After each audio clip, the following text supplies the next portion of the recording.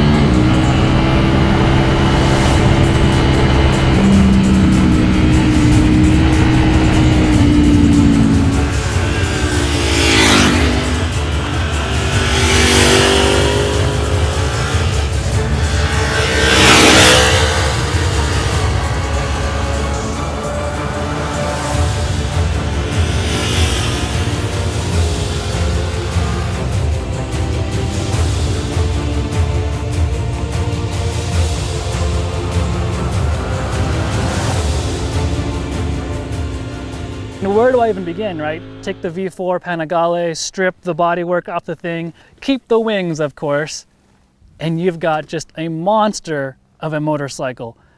Like most Ducatis, everything begins right here. The 1103cc V4 Desmosedici Stradale engine. Ducati says it makes 208 horsepower, a little bit less than the Panigale. Whole gobs of torque, I forget the number. It really doesn't matter because the point of it is it makes just a whole lot of power wherever you want it. Riding it around these twisty roads, just for kicks. I'd keep it in 6th gear, just for fun, to see what it'll do. Other bikes where I would downshift into, I don't know, 5th, 4th, 3rd, 2nd, I could literally lull this thing in 6th gear through any of these turns and have enough kick to pull me out and keep driving me forward without the need to downshift. It's just bonkers the amount of power this thing has. Then of course you get high in the revs and this thing wants to rip my arms off. The amount of power, I can't stress it enough. It's bonkers. I've said with the V4 Panigale, the power is relentless. It's just there, everywhere, so much of it, just waiting to, like I said, rip your arms off. I found myself on the street with this Streetfighter. I would whack it open, I would get this rush of power, just insane amount of power, and I'd go to click a shift, but before I did that, I would just take a quick peek down and see that the revs were only at like 10 or 11,000. This thing redlines at 14.5, so I potentially have 4,000 more revs to play with. And I'm feeling the need to shift because there's just so much there. I need a break from all that madness. But I think I've talked about the engine enough in the various Panigale and now Streetfighter videos I've done. This V4 engine, it's a powerhouse, an absolute powerhouse of an engine.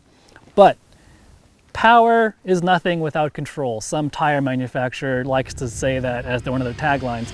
But it's true, power is nothing without control. And with the Streetfighter V4, you have basically the Panigale chassis, engine's a stressed member, a long swing arm, just no bodywork, and handlebars. Now, sometimes that combination doesn't always work out. In this case of the Streetfighter, man, ripping around roads like this, the chassis is perfectly equipped to handle the power the engine makes. I harp a lot about handlebars and leverage and what it can do to help your bike handle and tight stuff. The width of these bars is not too wide and not too narrow. It's got like that Goldilocks position to help you throw the bike wherever you need to. That's the one thing about this bike. This isn't a play bike. This isn't a toy. This is a serious weapon. You feel that the moment you hop on and ride, even just normal riding on the freeway, around town, whatever, especially when you hit up twisty roads or even a racetrack, then you feel like there's no mistaking this is a serious motorcycle demanding 100% of your attention at all times. Other bikes, for example, the most recent bike I've ridden was the KTM 890 Duke R. That thing feels like a feather compared to this bike, with lots of power, but not insane amounts of power, so it doesn't feel overwhelming or intimidating. This, at times, feels overwhelming, which for some of you out there, you might be looking for exactly that kind of thing. A bike that just says, F you, I'm going to destroy everything on the road today. This is gonna do it.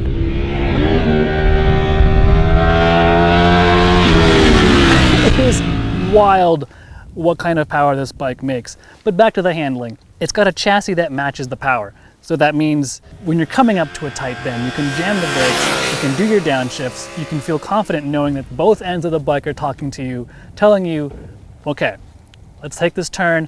When you bank it over, you got a pretty decent feel, the bars give pretty good leverage. It's just an overall package that, despite not having any bodywork, is pure sport bike in its essence, its performance, everything. Ducati says the engine has been retuned a little bit. Yeah, sure, the fueling feels great. It's very linear, it's very powerful. There's hardly any abruptness in the throttle application, especially if you go through the menus and adjust the different engine mapping tuning you can do. It's basically two, it's either dynamic or normal. Even in dynamic mode, it's not that aggressive. And then when you put it in normal mode for just everyday riding, it really is fairly docile. This particular bike we have in front of us here is the V4S with the Öhlins electronic suspension, dynamic or static functioning suspension.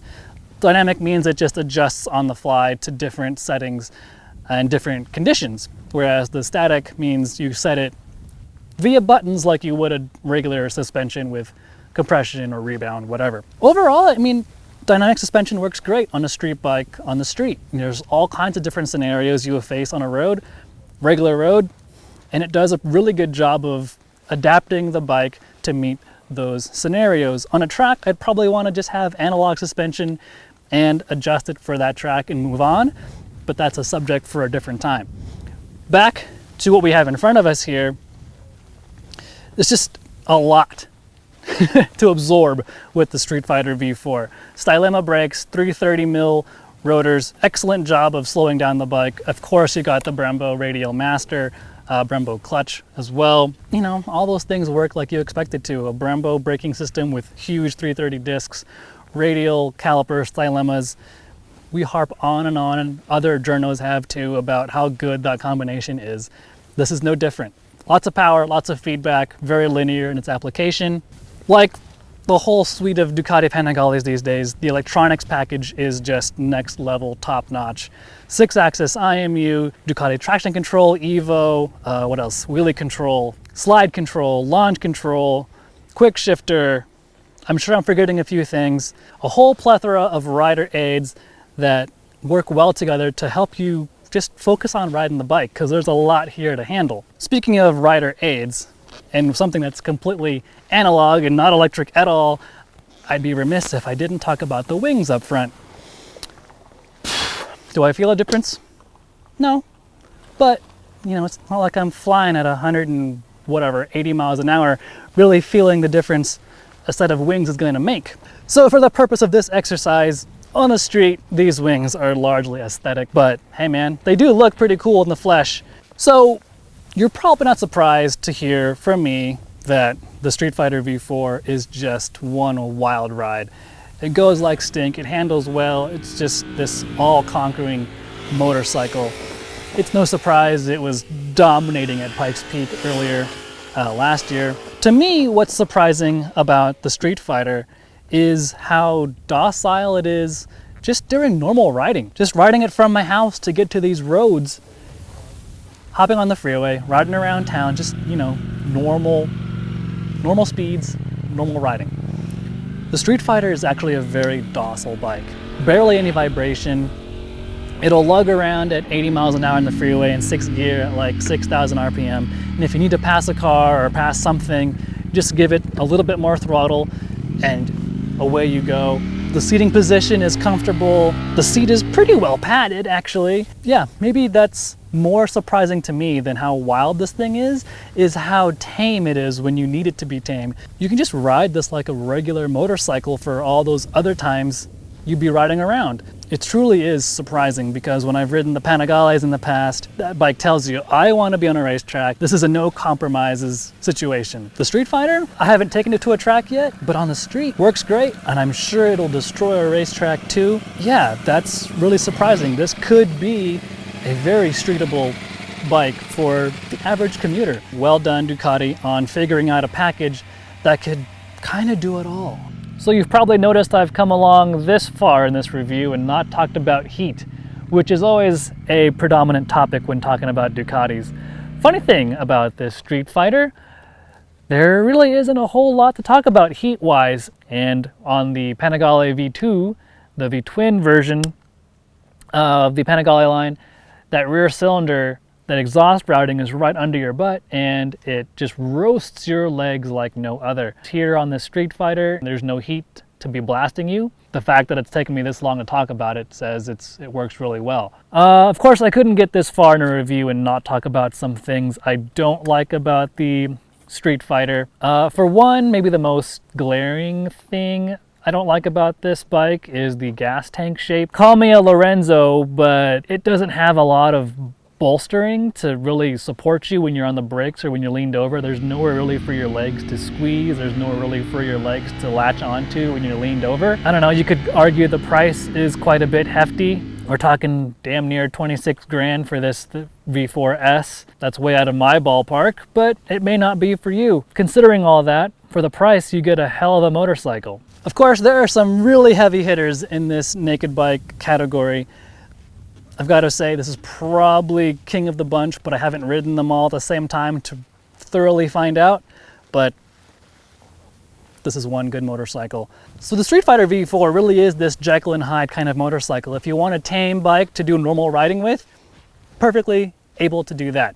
Once you want the wild side to come out and just want to go rip, just do more of this, and that side of the bike will come out too. It really is remarkable how Ducati was able to find a balance between those two sides. All we have left to do is put this up against its contemporaries, its competitors, and see how it fares. I kind of have a feeling I know how that's going to pan out, but that's why we do these tests, right? So anyway, those are my thoughts on the Ducati Streetfighter V4, the V4S in this case. Go to Motorcycle.com to read my written thoughts about this bike. Needless to say, it's a wild ride. It is bananas. You really should try one for yourself if you are on the fence about this bike. It's crazy. I can't wait to put this up against its contemporaries. Ducati only gave me the keys for this bike for 2 days, today being day 2, so it's going to go back real soon. Nonetheless, that's enough time to know it's wild. Go to Mo, read my story. I'll catch you later.